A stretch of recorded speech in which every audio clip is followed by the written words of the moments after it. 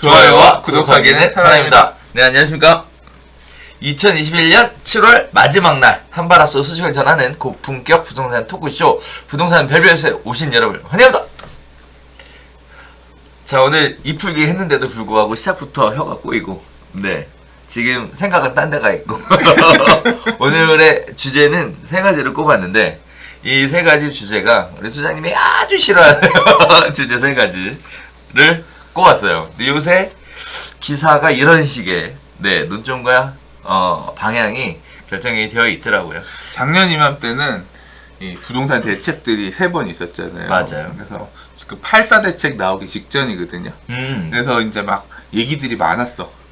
어떤 대책 나오기 전에 떡밥들 하니까 또 그리고 8.4 대책이 공급 대책이었잖아요. 그렇죠. 그래서 이제 뭐 할 얘기들이 좀 있었다라고 하면 어떻게 보면 지금은 조금 잠잠하고. 그러고 보니까 지난주에 이번 주에 저기 담화문 발표했었잖아요. 그래서 담화문 나오기 전날 막 삐라도 돌고, 네네. 사실 또 언론에서 이 전월세가 지금, 왜냐면 부동산 시장 그렇게 막 엄청 뜨겁고 그런 상황은 아닌 것 같은데, 네네. 뭔 담화문이냐, 뭔 대책이냐. 그래서 그때 이제 또 한참 겹쳐서 나왔던 기사가 뭐냐면, 이제 전세 가격 상승이 가팔라서 신규 전세에도 이 가격 상한 제한을 두는, 기존의 임대 가격 세입자가 바뀌더라도 그렇게 가격 상한을 두는 이런 제도 도입할 거다 이러면서 말이 많았잖아요. 그 말. 그러면서 내일 담화문에서 임대차 얘기를. 보호법을 또 개정하는 얘기를 또 하려나 보다 그러면서 막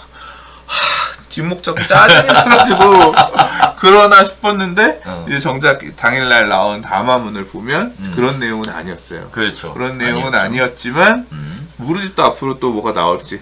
그리고 그 담화문 발표하는데 이제 그날 오전 9시 반에 아마 엠바고 해가지고 보도자료가 풀렸을 텐데, 그래서 저 오전에 그래서 엠바고 풀린 문서들을 받아봤거든요. 그랬더니 그 맨 앞장에 보면 누가 담화문 발표하나 이름이 있는데, 그렇죠. 맨 마지막에 보면 경찰청장 이름이 있는 거예요. 그래서 아니 무슨 담화문에 경찰청장이 나와서 담화문을 발표하지 했더니 그 내용 봤더니 뭐 청장을 사고 팔면 뭐 다 잡아낼 거고 막 이런 얘기로 끝이 나는 거예요. 그래서 뭐야 이거. 이런 부분에서도 신경을 쓰기는 하지, 신경을 쓰는구나 싶긴 하지만 이제 그거 본 사람들은 다들 이게 무슨 뭐냐. 그렇지. 맞아. 뭐 청약통장 사고 팔고 하는 분도 있고, 뭐 앞으로 3기 신도시 사전 청약에 뭐 이런 부분들이 있으면 물론 이제 그런 게 꼬일 가능성도 있고 실제 이제 나쁜 짓 하는 분도 계실지 모르겠지만 그게 이렇게 담화문을 통해서 지금 막 할 만한 적절한 얘기였나에 대해서는 다들 좀 비판하는. 그렇죠. 뭐 놓고서 국민들을 청약통장 사고 파는 뭘로 보는 거냐, 막 그런 식의 어떤 비판, 이게 지금 여기에 나올 소리냐, 그런 비판도 되게 많이 있었죠. 맞아요. 네. 뭐 요양 발표 해가지고 카톡에 4줄로 돌아다니더라고. 그래요? 뭐라고? 난 못 봤어. 못 봤어요? 이따가 시간 되면 보여드릴게요. 네네. 결국은 안 좋은 얘기죠. 안 그러니까 좋은 얘기. 정부가 부동산 정책 측면에서는 이렇게 국민들의 호응을 못 받고 있어. 이렇게 참 욕먹는. 그러니까. 호응을 못 받고 신뢰감을 잃은 적이 있었나 싶을 정도로. 그러게. 뭐 결과가 좋았으면 그랬겠지만 결과 자체가 우려하던 방향대로 안 좋은 쪽으로만 나오고 있다 보니까 어떻게든 좋은 모습으로 이렇게 이해해 주려고 하는 분들도 이제 별로 없는 것 같아요. 그래요. 네. 맞아. 결과가 그러니까. 맞아요. 자, 담화문 얘기 잘 꺼내주셨는데요. 오늘 그 담화문과 관련된 첫 번째 이야기를 한번 시작해 보도록 하겠습니다. 엄청나게 질타를 받고 있는 부분인데요. 서울 매년 10만 채 공급을 하겠다.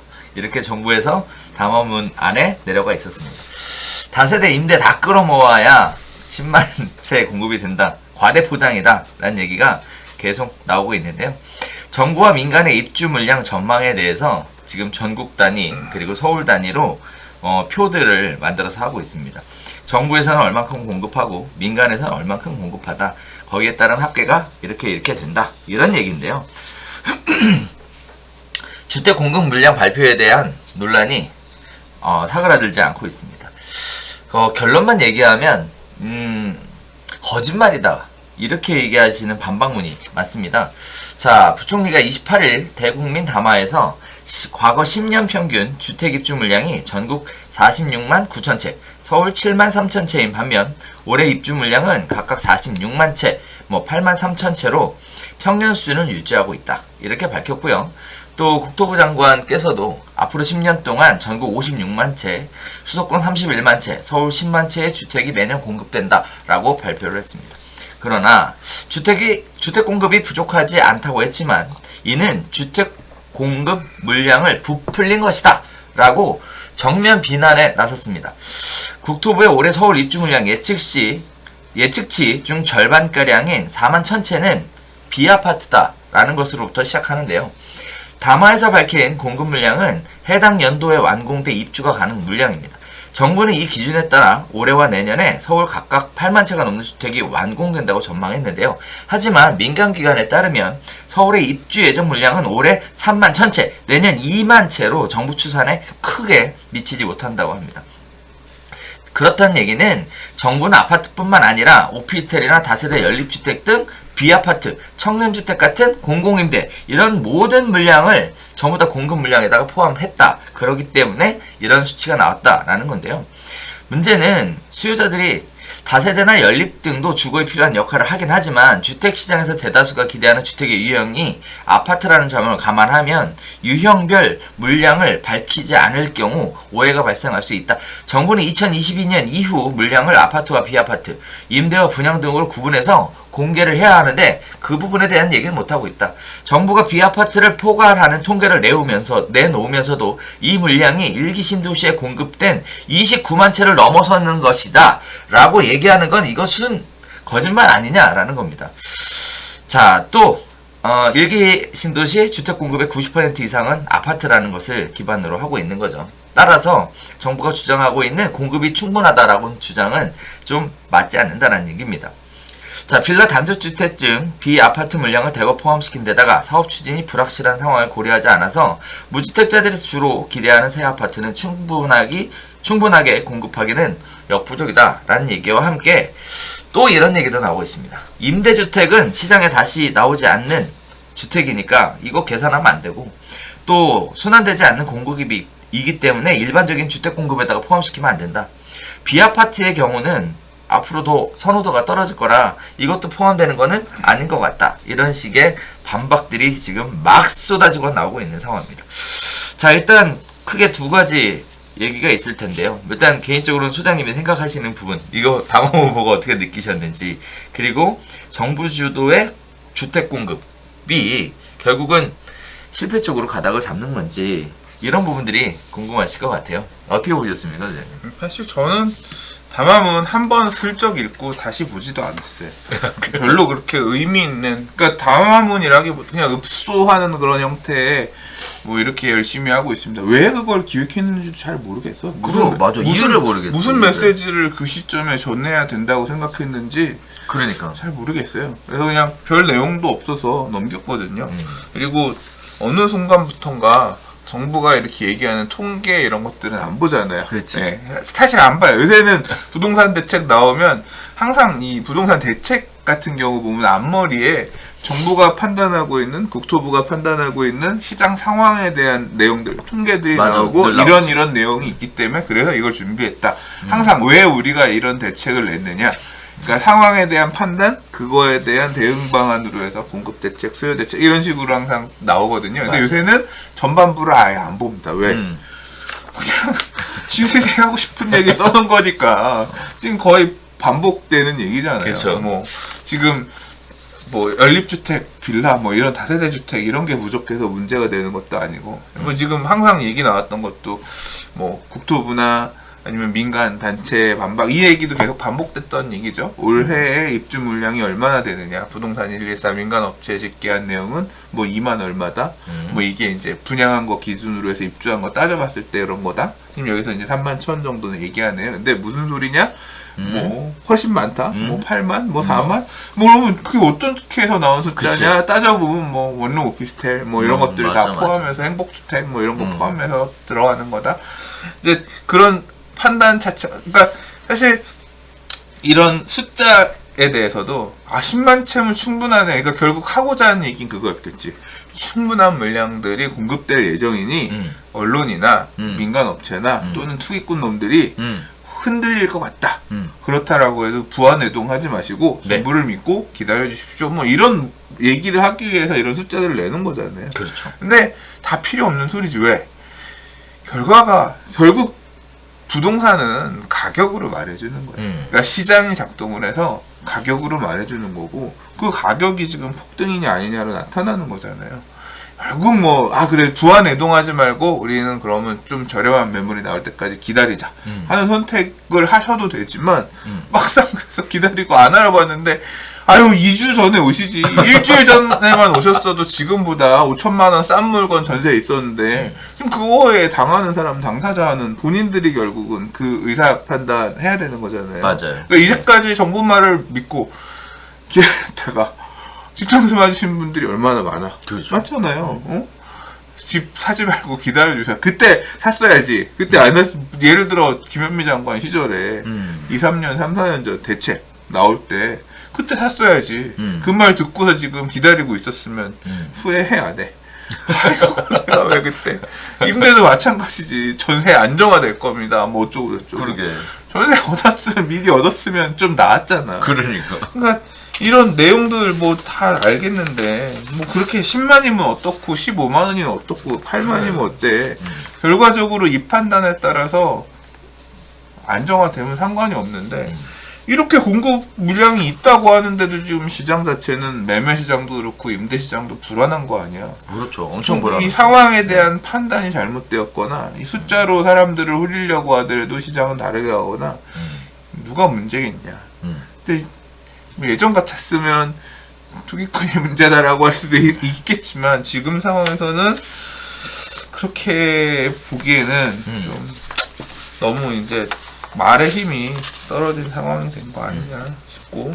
그렇죠. 뭐 지난주에도 우리가 주택 공급 뭐 정부 정책 실패냐 뭐 이런 얘기했지만 그런 얘기하기에는 조금 이른 시기다. 앞으로 정부가 공급 물량을 앞으로 도심지 내에서든 뭐 확대하겠다 이렇게 뭐 방향을 튼 게 이제 작년부터고, 물론 이제 3기 신도시에 대한 얘기도 하겠다라고 했었고, 그러니까 벌써 한 2018년 이때부터 해서 방향이 돌아서긴 했긴 하지만 그렇죠. 그럼에도 불구하고 물량이 부동산이라고 하는 거는 그렇게 단기에 물량을 넣을 수 있는 그런 상황이 아니죠. 어떻게 보면 골든타임은 2017년에 대통령 선거 끝났을 때 그 기조가 잠깐 돌아섰던 게, 그때 이제 뭐였냐면 기억하실지 모르겠지만 2017년에 도시재생 뉴딜 사업 그래서 뭐 신규 철거 중심보다는 철거 중심, 철거하고 새로 신축하는 것보다는 재생 고쳐서 다시 쓰는 뭐 이런 쪽이 어떤 방향으로 가다가 안 되겠으니까 돌아섰잖아요. 뭐 재개발 재건축도 억제하고 뭐 특히 서울시 같은 경우는 해제한 곳도 많았고, 그리고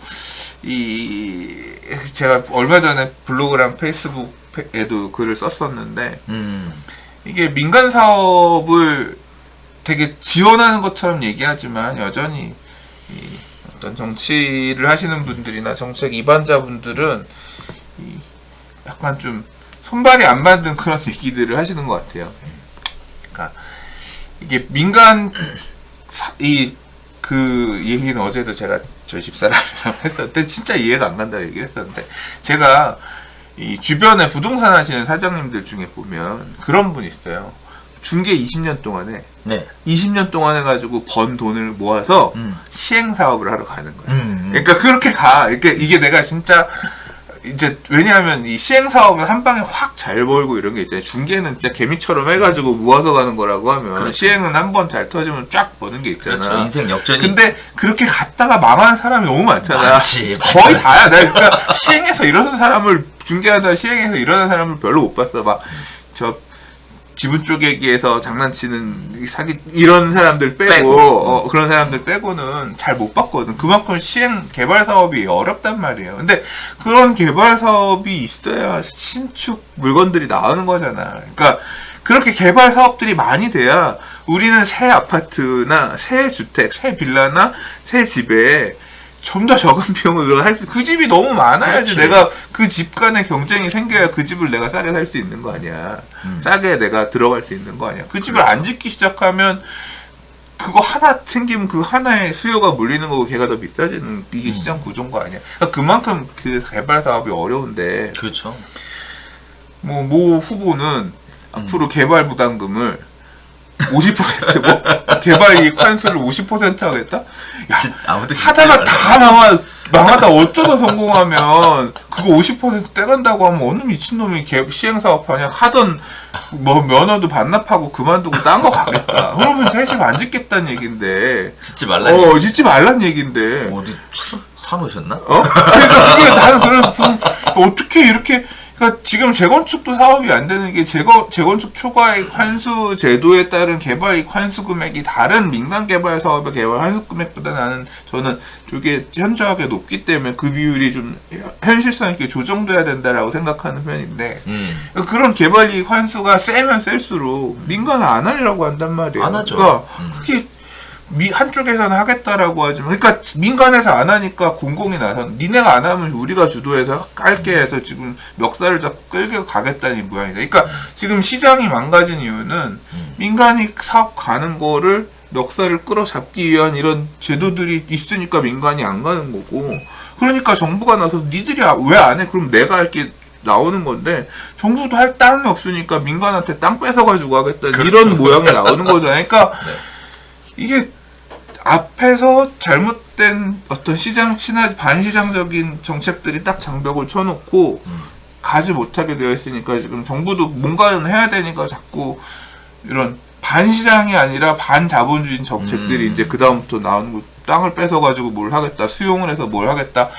도심지안에서도 필요해. 그러면 공공주택 특별법 개정해가지고 수용해가지고 한 이런 사업들을 더 늘려 이런 식의 지금 방향으로 가고 있는 거거든요. 그 일련의 과정들이 난 다 못마땅하지. 그렇지. 그러니까 그런 골든타임도 놓쳤고. 그러니까 결국은 이런 사업들은 중간에 끊이지 말고 어떻게든 불씨를 좀 지펴서 갈 수 있게끔 했어야 되는데.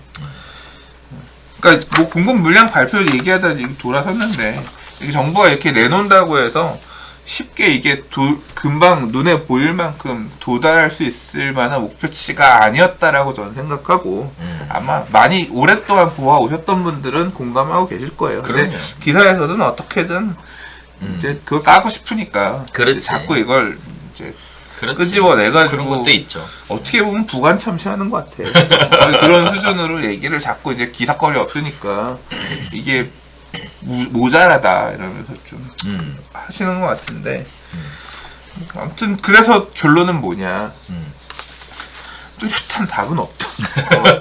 뚜렷한 답은 없다. 맞아요. 네. 그냥 뭐 그러네요. 네, 제 이번 담화문에 발표됐었던 내용 중에 주택 공급에 관련된 부분은 사실 뻥튀기였다. 뭐 이 얘기가 지금 계속되고 있는 상황입니다.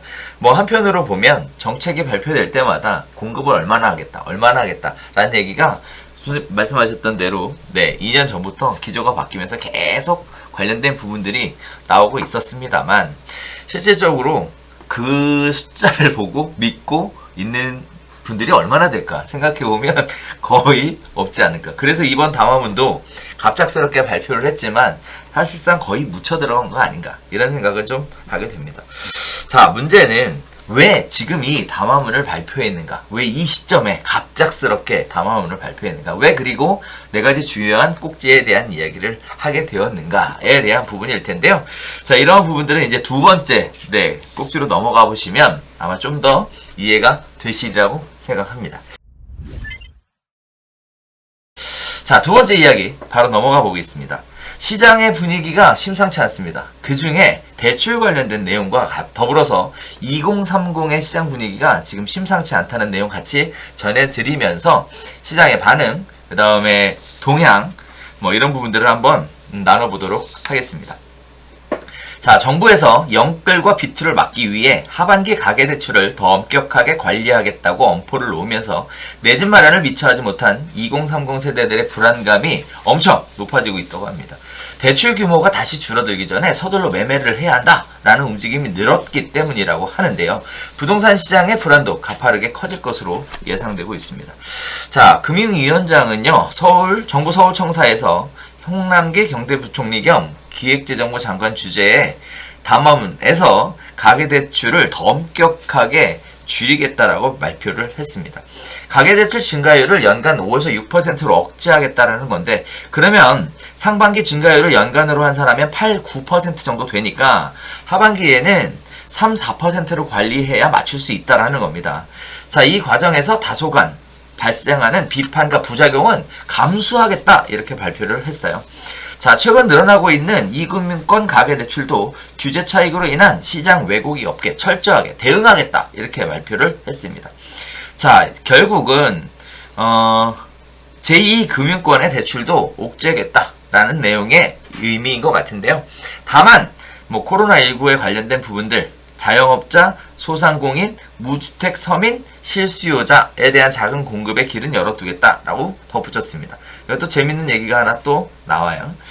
자, 이런 발표가 나오자마자 시장의 반응이 지금 심상치 않은데요. 정부가 고강도 대출 규제에 본격적으로 돌입하기 전에 매수를 서둘러야 한다. 정부가 주택 투기와 관련 없는 실수요자에 대한 대출의 문은 열어두겠다고 했지만 무주택자에 대한 언급만 하더라.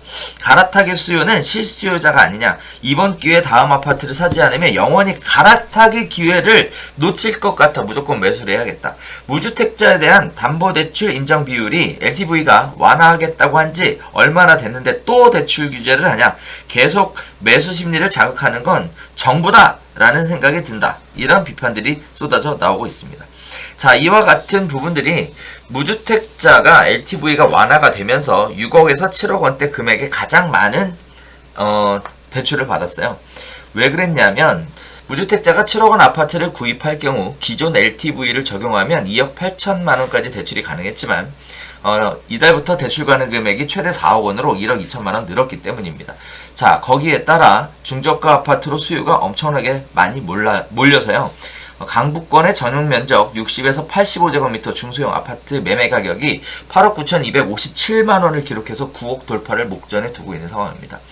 자, 도봉구에서는요, 약 2달간 281건의 매매 거래가 이루어졌는데 이 중 7억 원 이하가 중저가 아파트를 사고 판 거래라고 하고요. 구로구도 상황이 비슷하다고 합니다. 자, 대출 규제 강화 카드가 재차 언급된 만큼 수요자들 사이에선 얼른 집을 사야겠다라는 인식이 커진다라는 건데요. 거의 불안감이 최고조에 달하고 있는 상황이다라고 합니다. 자, 대출을 막으면 주택 구입에 가장 어려움을 겪는 계층은 지금이 아니면 안 된다라고 생각하는 젊은 층이 대부분이라고 하고요. 규제에 대한 으름장을 놓을 때마다 중저가 아파트 단지들의 매수세가 커질 수밖에 없는 이유다. 이렇게 말씀들을 하고 있습니다. 자, 거기에 따라 이런 기사도 있어요. 6월에도 아파트 거래량 앞지른 빌라에 관련된 얘기입니다. 가격이 너무 이렇게 올라버리니까 서울에 내 집 마련을 할 수 있는 방법은 빌라밖에 없다라는 건데요. 상반기 빌라 거래량이 32,600건, 아파트는 25,800건에 그쳤다는 얘기입니다. 오히려 빌라 거래량이 아파트 거래량보다 훨씬 더 많은 상황입니다. 자, 그리고 서울 아파트 평균 가격이 11억 원인데요. 빌라는 3억 3천만 원입니다. 서울 아파트 전세 가격도 평균 6억 원대의 전세가 없죠. 거기에 따라서 무주택 서민이 내 집 마련 움직임으로 빌라를 사자라고 몰려갔다라는 얘기도 나오고 있습니다. 빌라의 사자가 팔자보다 전국적으로 앞질러서 빌라의 가격도 상승세로 접어들고 있다는 얘기인데요. 표에 보면 서울 아파트 평균 매매 가격, 서울 소형 아파트 평균 가격, 그리고 서울 연립주택 평균 가격에 대한 내용들이 나오고 있습니다. 자, 문재인 정부의 주택담보대출에 관련된 부분은 계속 얘기가 나왔었는데요. 뭐 과거에는 LTV 관련된 부분들을 40%로 축소했고요. 2018년에는 DSR 규제를 도입했습니다. 또 작년만 해도 9억 넘는 집에 주택담보대출을 적용했던 DSR 40% 규제를 6억 초과주택으로 확대를 해버렸고요. 시가 9억 원이 넘는 주택으로 주담대를 받는 경우 9억 원 초과분엔 또 LTV 20%를 적용했습니다. 시세가 15억 원이 넘는 초고가 아파트는 주담대, 주택담보대출 자체를 전면 금지하고 있는 상황입니다. 자, 이렇게 움직이고 있는데 시장의 반응은 사려는 사람이 더 많은 상황입니다. 얼마 전에 발표된 KB 리브온에 따르면 7월 월간 주택가격 동향이 7월 전국 매수 우위 지수가 101.5%를 초과하면서 기준점을 넘어섰습니다. 결국 사겠다는 사람이 더 많다는 얘기죠. 그 중에 충북이 가장 높았다라고 하고요. 그리고 서울하고 수도권에서도 지금 장난 아닙니다. 서울이 103.3, 인천이 106.1, 경기가 117.7 모두 매수 우위 지수가 기준점을 드디어 넘어버렸습니다. 자, 거기에 따라서 사자가 훨씬 더 많다라는 거고요. 이런 부분들은 부동산 가격에 굉장히 중요한 영향을 미칠 거다라는 거 아마 다들 보셔서 아실 것 같은데요. 자, 갑자기 분위기가 사자로 급 전환됐습니다. 금리가 아니죠. 대출을 옥죄겠다라는 얘기와 함께 지금 시장의 문의가 엄청나게 빗발치고 있는 상황이고요. 그런데 이 문의가 중저가 아파트 그리고 빌라 시장으로 유입되고 있는 상황입니다. 자, 이러한 시장 동향이 심각하다 보니까 매수 우위 지수도 지금 엄청나게 많이 올라가 있는 상황이고요. 정부에서는 불안감을 느낄 수밖에 없는 상황일 것 같습니다. 또 갈아타기에 대한 부분도 실수요라고 보지 않았죠. 이번 담화문에서는 실수요자는 무주택인 실수요만을 실수요로 인정을 했고요. 갈아타기는 실수요가 아닌 것으로 규정을 해버렸습니다. 자, 마지막으로 이런 말씀 하나 드리고 싶은데요. 정부의 시장 개입이 부동산 가격 상승 공식이라는 게 이미 지금 만들어져 있는 상황에서 왜 이렇게 시장에 개입하려고 하는 건지 사람들이 전부 다 혀를 차고 있는 상황입니다. 자, 전반적인 이야기를 쭉 한번 나눠드렸는데요. 시장의 움직임이 심상치 않다라는 얘기와 함께 그 대출 규제에 관련된 부분 과연 어떻게 될 건가 이런 부분들, 그리고 또 재개발 시장의 움직임이 지금 상당히 좀 뜨겁다는 얘기도 있는데요. 어떻게 보셨어요, 선생님? 일단 그 여러 가지 부분들의 말씀을 길게 해주셨는데 네, 말은 많았죠. 기사가 너무 길어 지루해. 그럼 죄송합니다. 네, 그럴 수밖에 없어. 다 짜집게 하느라고. 지금 보다 보니까 네. 이번에 발표한 내용 중에 금융위원장 은성수입니다. 그래서 얘기를 해보면 네, 이제 가계부채 관련해서 얘기를 많이 하셨는데 이금융권 가계대출도 철저히 관리하겠습니다. 네. 새마을금고라든가 이런 데도 이제 대출 좀 잠그겠다. 그러니까 이제까지 1금융권 말고 다른 쪽에서 좀 대출 한도 더 나오는 거 이런 거 쓰는 거 있으면 좀 틀어막겠다 이런 얘기로 보이고요. 그리고 아까 이제 말씀하셨던 올해가 목표로 삼은 게 가계부채 증가 비율을 한 연 5%에서 6%로 잡았는데 상반기에 지금 증가한 것만 보더라도 연 기준으로 따지면 8, 9% 선이라서 5, 6% 맞추겠다는 얘기는 어떻게든 하반기에 가계대출 증가율을 3, 4%대로 막아서 평균을 5, 6으로 낮추겠다는 얘기니까 하반기에는 돈 안 빌려주게끔 금융정책을 짜겠다는 거잖아요. 그러니까 수요층들이 지금 쫄릴 수밖에 없는 상황이다. 그러니까 결국 이런 거죠. 이만큼 케이크를 이만큼 준비했는데 딴 노래 가서 먹으면 내가 먹을 케이크 없는 거야. 그러니까 조금 먹으면 달려가야 돼. 집 맘에 드는 거 조금 덜 맘에 들더라도 대출을 받아야 살 수 있으니까 그렇지. 얼른 더 케이크 남아있을 때 가서 먹어야 되는 이런 상황을 지금 만들고 있다는 거지. 그런 발언들을 하니까 그러니까 거의 뭐 그런 느낌이에요. 제가 전기차 주문을 했는데 네, 벌써 지금 3월 말인가 그렇죠. 했으니까 근데 그때도 그렇거든. 이게 전기차 보조금이 있잖아요. 맞아요. 저 보조금 소진 때문에 차 살 필요가 없어. 그러니까 보조금 있을 때 가서 사야 되는 거지. 거의 그런 느낌인 거죠. 혜택이 있을 때, 남아있는 거 있을 때 가는 것처럼, 보조금 있을 때 전기차 사야 되는 것처럼 대출이 쓸 수 있는 내 범위 내에서 한도가 차이가 나버리면 아예 살 수가 없는 거니까.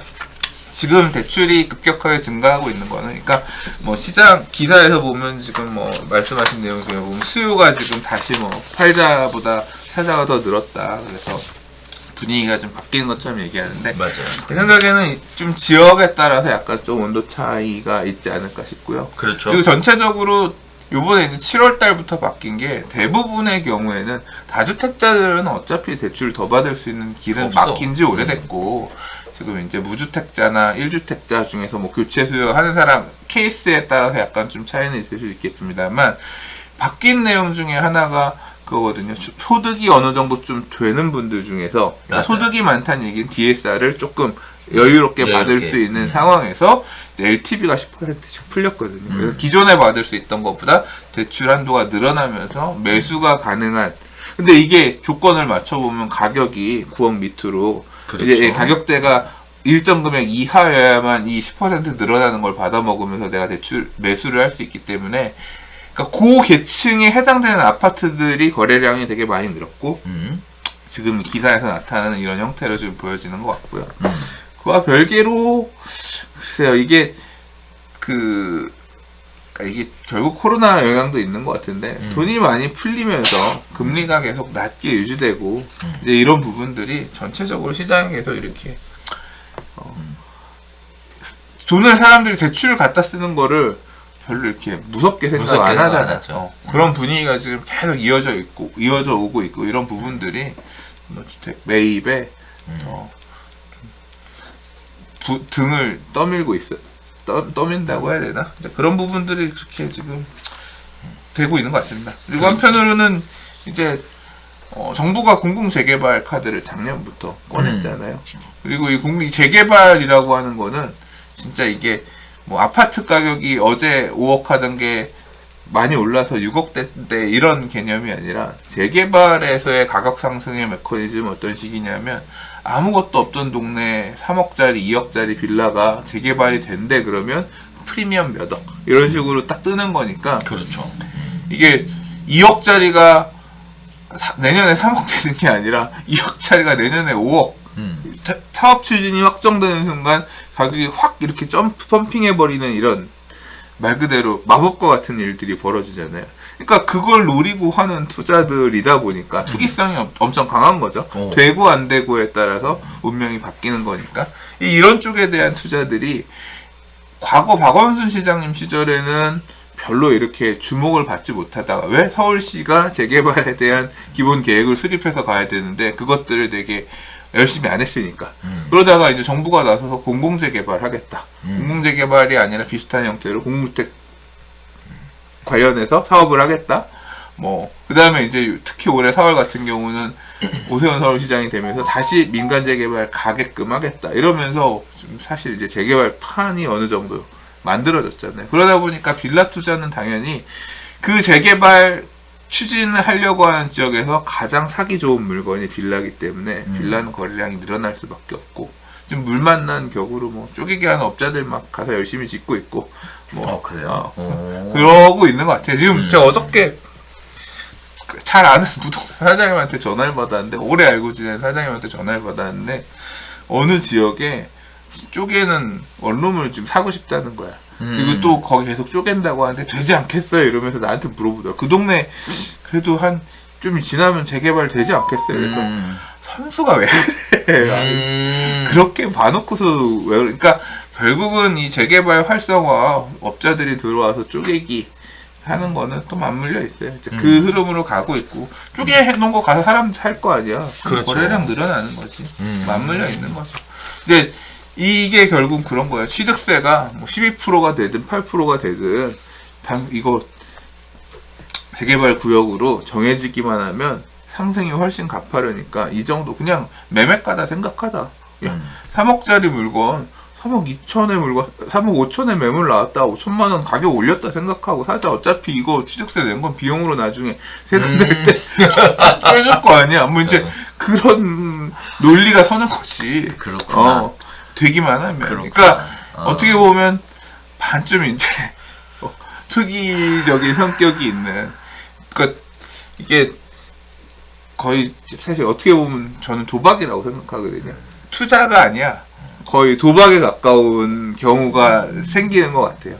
얼마 전에 어떤 분께서 부동산 스터디 카페에 토지 재개발 구역 안에 토지 관련해서 토지만으로 분양 자격 만드는 거에 대해서 질문을 하셨는데 막 질문을 이런 걸 살려고 하는데 뭐 좀 조언해 주실 거 있으면 해주세요 질문을 이렇게 올렸더라고. 오. 근데 그 조언으로 끝날 문제가 아니거든. 왜냐하면 이게 어느 구역이냐에 따라서 분양 자격이 그렇지. 있을 수도 있고 없을 수도 있고 그거는 엄청 공부를 해서 판단을 하고 들어가야 되는 건데 전혀 경험이 없는 재개발 투자 한 번도 해보지 않은 사람이 가서 그거 자체도 몇 억짜리인데 그렇게 해볼 게 아니거든요.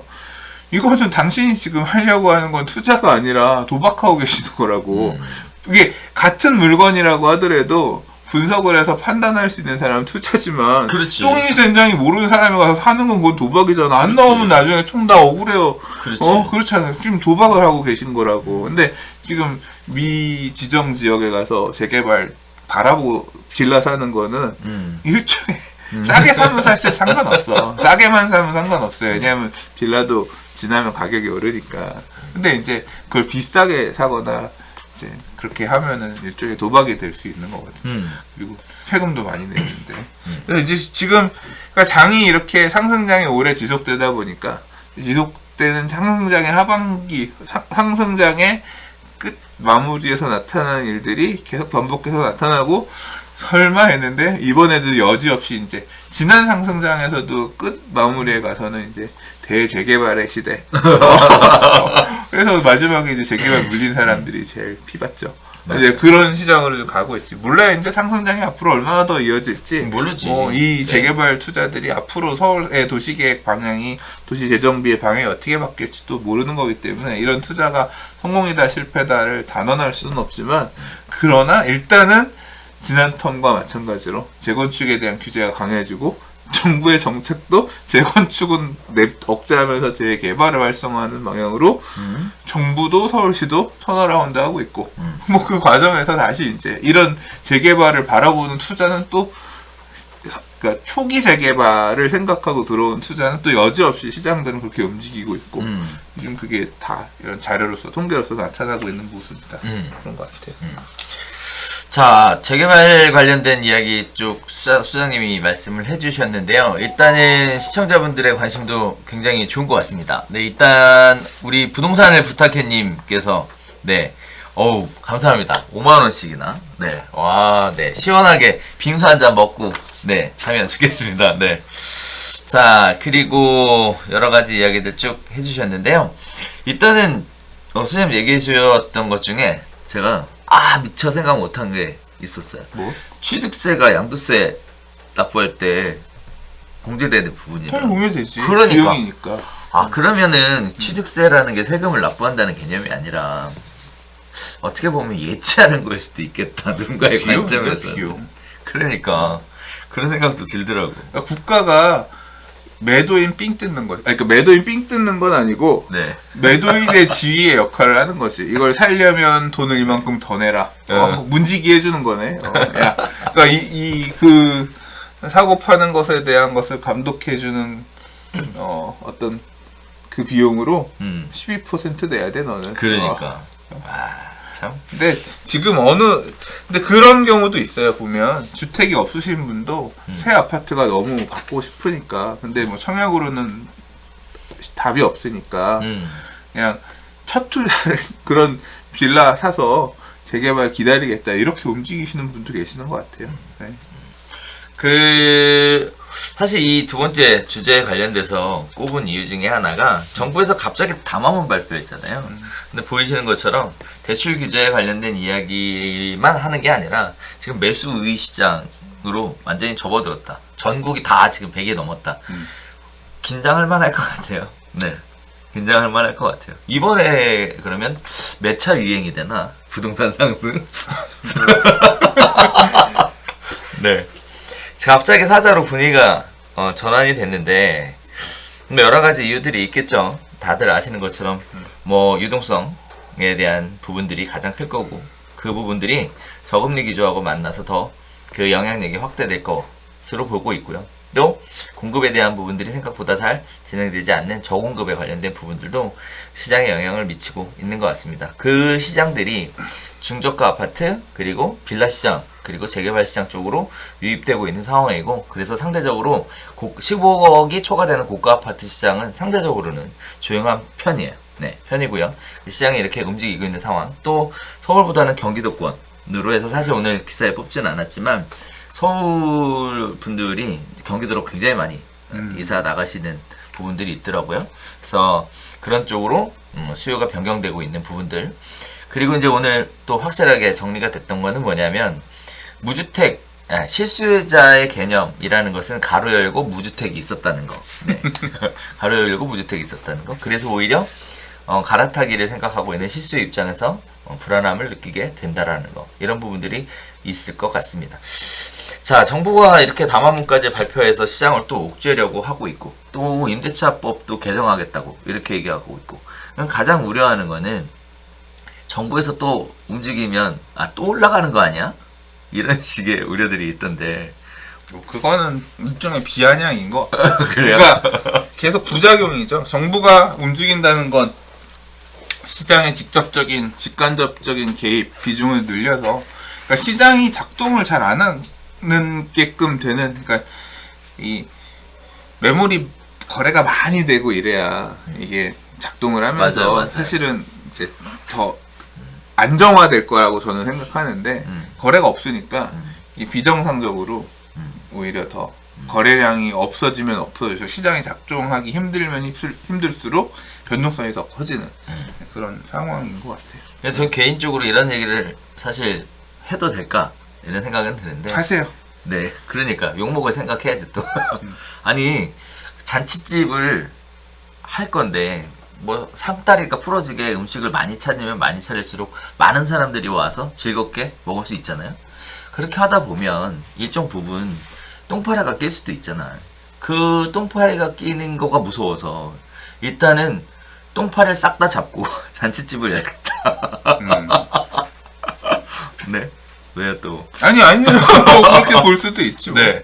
뭐 원치 그렇게 하는 것 같아서 뭐 개인적으로는 일단 좀 만들어 놓고 시작하는 게 맞지 않나라는 생각도 좀 들어요. 지난주에 그 대책 나오기 전에 생각해 보니까 그런 루머도 돌았잖아요. 뭐요? 그러니까 담화문에 뭐가 나올 거다 내용주에 뭐 있었냐면 토지거래 허가구역으로 일부 지역들을 지정했더니 거기가 이제 안정화되는 기조를 보였다. 그래서 부동산 가격 안정화를 위해 서울 전역, 경기도 일부 지역을 전역을 토지거래 허가, 그러니까 경기도의 일부 지역을 토지거래 허가구역으로 지정을 해서 아무나 못 사게. 토지거래 허가를 받는다는 거는 이제 매수자 제한을 되게 빡세게 거는 거잖아요. 뭐 이제 그렇게 하겠다.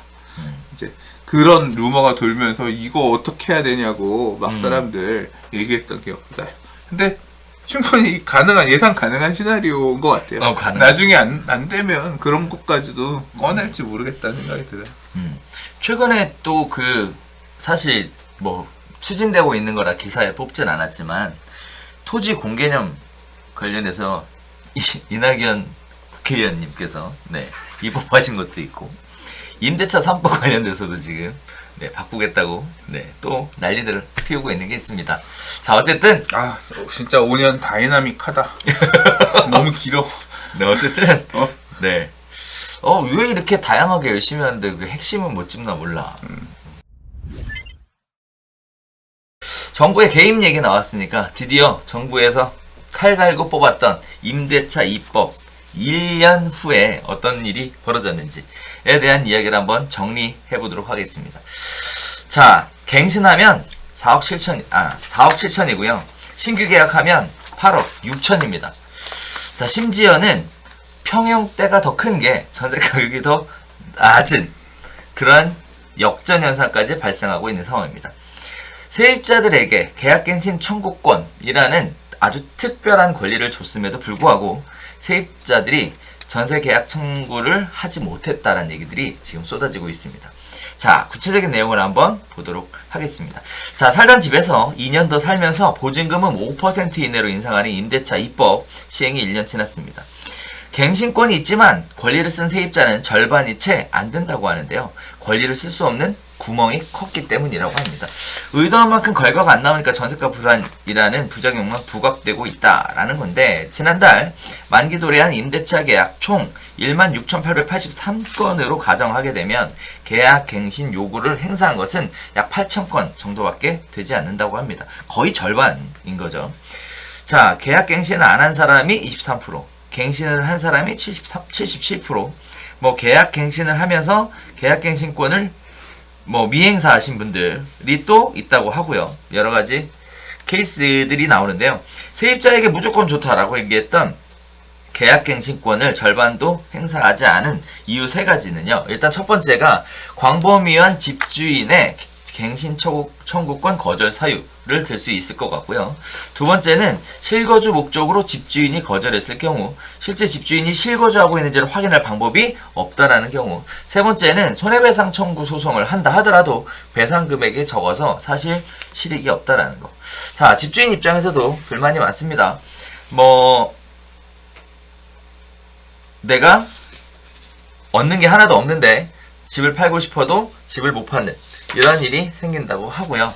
자, 그리고 또 이런 얘기도 있죠. 집주인이 거짓 사유로 갱신권을 거절해도 정부의 과태료 부과 등 페널티 같은 건 없고 당사자끼리 알아서 해결하라. 그러니까 정부는 그냥 심판관으로 남아있고 직접적으로 개입하지는 않는다. 이런 얘기들도 나오고 있습니다. 이렇게 총 각각의 관점에서 각자 다양한 이야기들을 하고 있는데요. 문제는 서울 100대 아파트 임대차 계약 갱신율이 임대차법 시행 전 57.2%에서 시행하고 나서 77.7%로 올라서 임차인 다수가 임대차 3법 시행의 혜택을 누렸다라고 평가를 했는데, 통계를 다시 보면서 77%의 계약 갱신 비율에 세입자가 갱신권을 행사하지 않고 임대료를 5% 이상 올려서 재계약한 숫자도 포함된다라고 하니까 실질적으로는 세입자들의 계약갱신 청구권이나 전월세 상한제 이런 것들이 힘을 못 쓰고 있다는 겁니다. 자, 100대 아파트 통계와 별도로 6월 전국 임대차 계약 신고 건수도 공개했는데요. 임대차 신고제가 지난달 첫 시행한 이후 계약갱신 청구가 13,000건이고 이중 갱신권을 행사한 건수가 8,000건이라고 하고요. 거기에 따라서 세입자의 약 40-50%만 갱신권을 행사해서 사실상 법이 안착됐다라고 보기는 어렵다라는 얘기입니다. 손해배상 얘기도 나오는데요. 뭐 여러 가지 얘기들이 있지만 뭐 손해배상을 청구할 수 있는 3가지 케이스 중에 가장 많은 금액을 청구하는데, 예를 들면 직전 전세보증금이 5억이었고요. 집주인이 제3자를 세들여서 보증금 7억 원 40%를 인상을 해서 내놨어요. 즉 실거주하지 않고요. 그럼 2억이 올랐습니다. 자, 이런 경우 손해배상금은 최대 1,000만 원 정도다라고 하는데요. 자, 사실관계를 확인하는 데 드는 비용, 시간, 소송을 위한 변호사 비용 등을 감안을 해보면 배상금이 크지 않다라는 지적입니다. 즉 실익이 없다라는 거죠. 거기에 따라 실제 시장에서는 세입자에 대한 손해배상 소송보다 집주인의 퇴거하라는 소송이 더 많은 이유라고 합니다. 자, 금리 인하로 인해서 전세금을 대출받는 게 어렵지 않으니까 전세 가격 상승에도 또 영향을 준 거 아니냐. 다시 얘기하면 주인이 거주를 하려고 통보를 했어요. 그러니까 나가야 되니까 그럼 차라리 올려주고 갱신을 할 수 있겠냐라고 했을 때 이런 부분들이 받아들여졌다. 이런 케이스가 많았다라는 겁니다. 이렇게 올려줄게 할 수 있었던 이유가 금리가 저렴하고 전세자금 대출이 용이하기 때문에 이런 식의 선택을 하는 사람들도 많았다라는 건데요.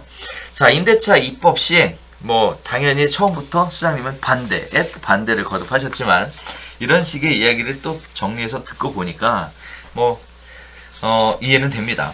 정부의 적극적인 개입이 만들어낸 하나의 부작용이라고도 말씀드릴 수 있을 것 같은데요. 자, 어떻게 보셨어요? 이거 굉장히 시끄러운데 우리 오늘 이 주제는 시청자분들이랑 대화를 좀 해봐도 될 것 같아요. 실제 이런 사례들이 있는지. 네. 자, 일단 소장님부터 여쭤볼까요? 어떻게 느끼셨습니까? 뭐 당사자니까 이게 서두에도 얘기했잖아요. 그러게. 한 집에서 오래 거주하고 싶은 임차인분도 계시지만 개인의 사정에 따라서 떠나가는 경우들, 이사를 가셔야 되는 경우들도 있고, 이사를 가셔야 되는 임차인분 입장에서 새로 임대를 얻으셔야 특히 전세를 얻으셔야 되는 분들은 높은 임대 가격을 감안하고 이제 가야 되니까. 이와 관련된 우는 소리들은 커뮤니티에서 되게 많이 볼 수 있어요. 맞아요. 지금. 예. 지금 진짜 집값만 오른 줄 알았는데 전세값도 너무 2년 사이에 가파르게 많이 올라서 정말 막막하다 이런 얘기를 많이. 그러니까 결국 이 임대차 입법 다이나믹 지난 2년간 보세요. 아까 우리 첫 번째 얘기에서도 얘기했잖아요. 정부가 뭐라 그랬어? 입주 물량은 뭐 평년에 비해서 뭐 적지 않은 숫자며 갑자기 근데 꾸준하게 평소처럼 주택을 공급해야 하는데 새 집들이 계속 생겼는데 갑자기 다이나믹하게 전세 가격이 올라간 변수는 뭐야? 이게는 결국 임대차 입법이 주된 원인이라고밖에 볼 수 없거든요. 그렇죠. 네. 그러니까 주된 원인이에요, 실제로. 주된 원인이에요. 네, 주된 원인이고. 그 통계에도 나와요. 네. 임대차법 시행 딱 하고 나서부터 치고 많은, 올라가는 많은 상황이에요. 사람들이 우려했던 대로 부작용들이 지금 나타나고 있는 거고. 그리고 이제 그 갈등 관계들은 되게 많이 생기는 상황인 거죠. 뭐 기사에서는 지금 이 기사에서 하고자 하는 얘기는 막상 이제 보니까 계약갱신을 한 세입자들이 많다라고 정부에서 홍보하지만 계약갱신을 했는데 올려줄 만큼 올려주고 계약갱신한 사람까지 포함된 수치니까 정부가 얘기한 것처럼 임대가격을 그렇게 많이 안 올려주고 계약갱신한 사람이 많다라는 식으로 치적으로 볼 수 없는 부분도 있다. 이제 얘기하는 거고 뭐 신규 계약한 사람들은 더 많이 주고 가야 되니까 그 사람들 억울이라기보다는 아무튼 피눈물 나는 부분들은 맞아요. 당연히 포함된 거고요. 그리고 이제 이 내용에 대해서 몇 가지 이제 리스크들, 그러니까 이 제도가 가지고 있는 맹점에 대해서 지적을 해주셨어요. 첫 번째는 이제 주인이 실거주 목적으로 내가 들어갈 거니까 집 비워주세요라고 해서 이제 계약갱신 거절을 해도 명분이 없다. 근데 주인이 안 들어왔다 이 집에. 근데 주인이 들어왔는지 안 들어왔는지 임차인이 확인할 방법이 없다. 그래서 이제 이런 내용을 주인들이 좀 활용해가지고 세입자를 내쫓는 경우도 있다. 이제 주장하고 싶은 것 같으니까 맹점이다 이렇게 보는 거죠. 그리고 이게 손해배상 지금 사례에서는 보면 5억짜리 전세를 7억짜리 전세로 주인이 계약갱신을 거절하고 다른 세입자를 넣어서 그러니까 기존 임차인이 일종의 2년 동안 더 살 수 있었던 계약갱신 요구권에 피해를 입은 거지. 맞아. 그럼 요거에 대한 손해배상을 책정을 할 때 계산을 해보면 약 1,000만 원 정도 손해배상을 받을 수 있게 나오는데 이 그렇죠. 손해배상 1,000만 원의 손해배상 비용이 적다. 많지 않은 금액이다. 이런 식으로 얘기를 하고 있는데 저는 적지 않다고 생각하거든요.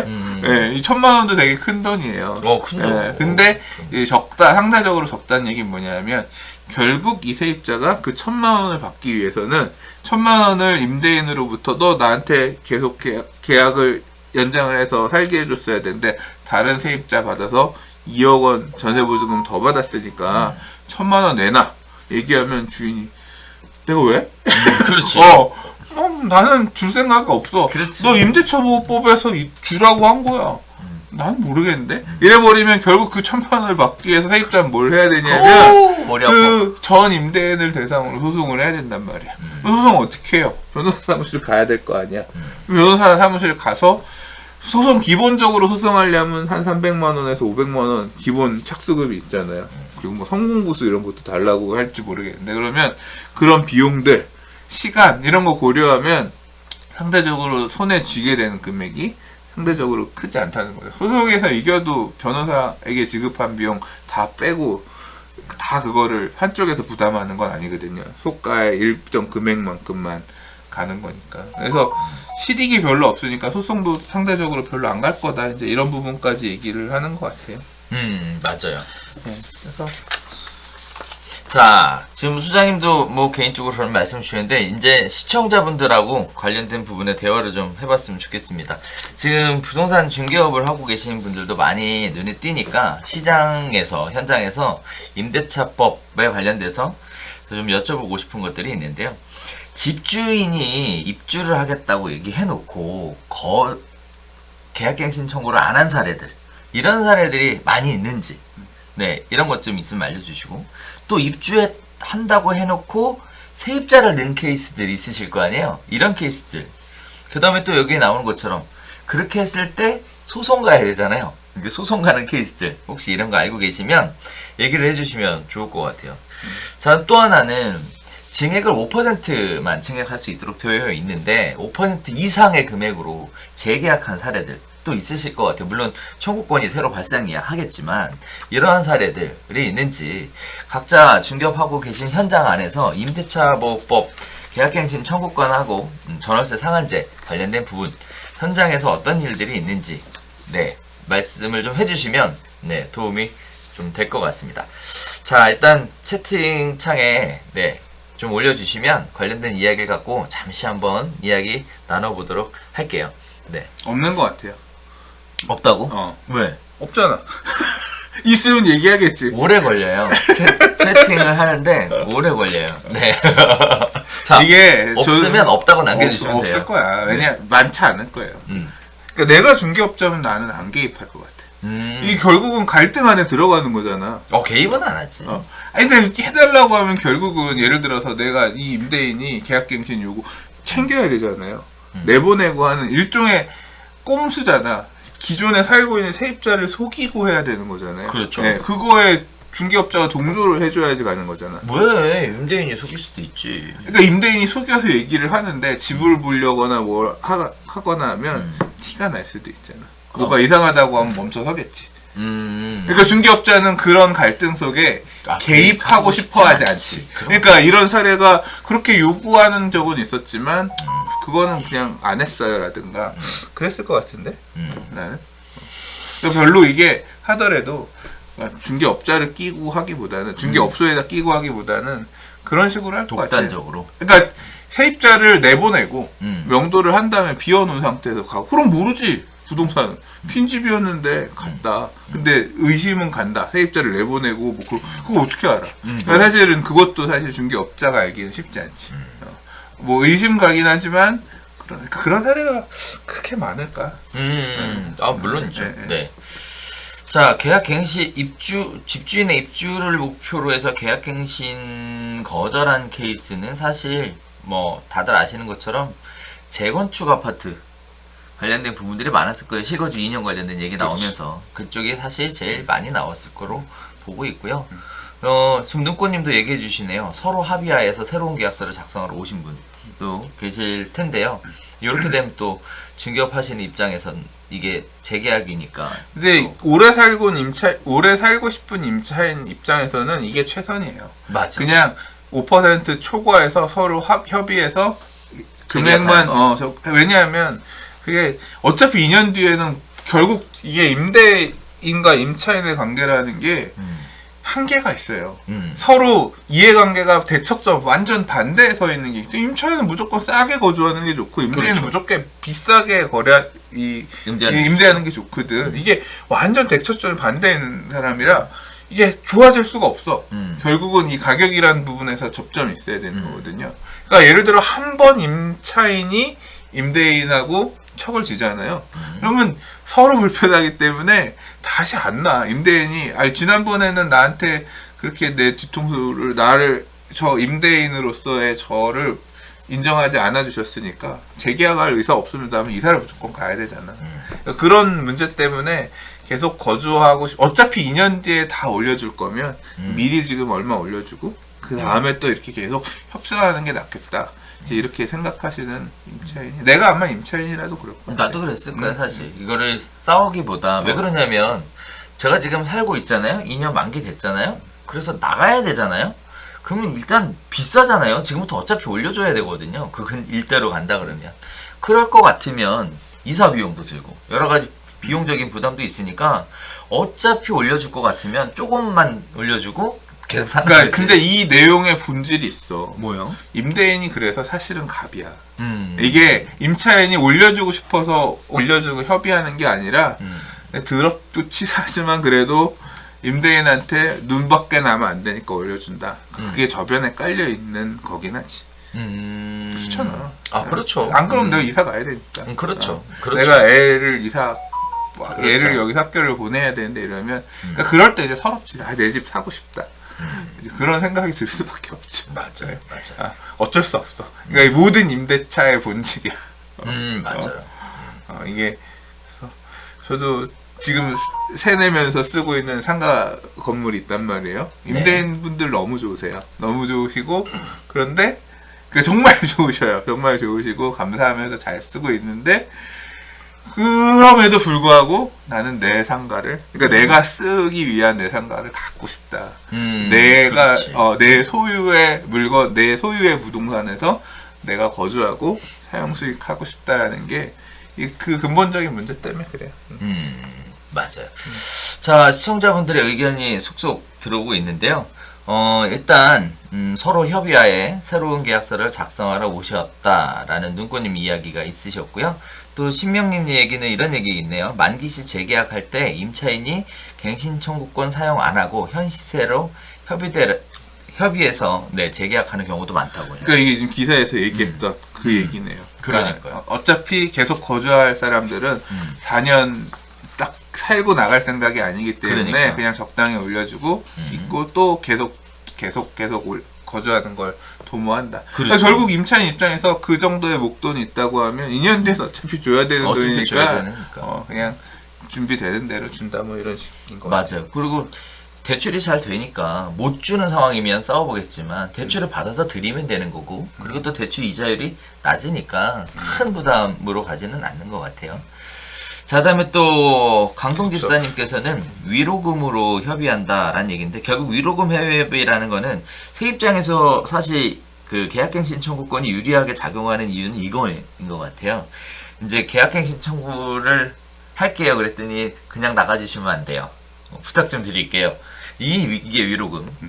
근데 이 위로금의 금액이 사실 손해배상 금액보다 훨씬 더 컸다는 거. 이런 부분들은 네, 차이점이었던 것 같습니다. 오늘 세 가지 이야기를 나눠봤는데, 자, 최근에 유동성 때문에 문제가 되고 있는 이러한 상황에서도 지금 코로나 부분이 문제가 되면서 정부에서 지금 유동자금을 또 푼다는 얘기가 나오고 있는 상황이라서 부동산 시장의 움직임도 사실은 예측 불허의 상황에 놓여 있는 것 같습니다. 앞으로 어떻게 움직이실지 다들 관심도 있고 걱정도 있고 하실 텐데 별별 다 함께 하시면서 시장의 동향 어떻게 움직이는지 같이 한번 확인해 보시고 점검해 보시면 좋을 것 같습니다. 저희는 다음 주에 네 다시 새로운 소식으로 찾아뵙도록 하겠습니다. 함께 해주신 우리 시청자 여러분들 진심으로 감사드리겠고요. 다음 주에 새로운 소식으로 인사드릴게요. 감사합니다.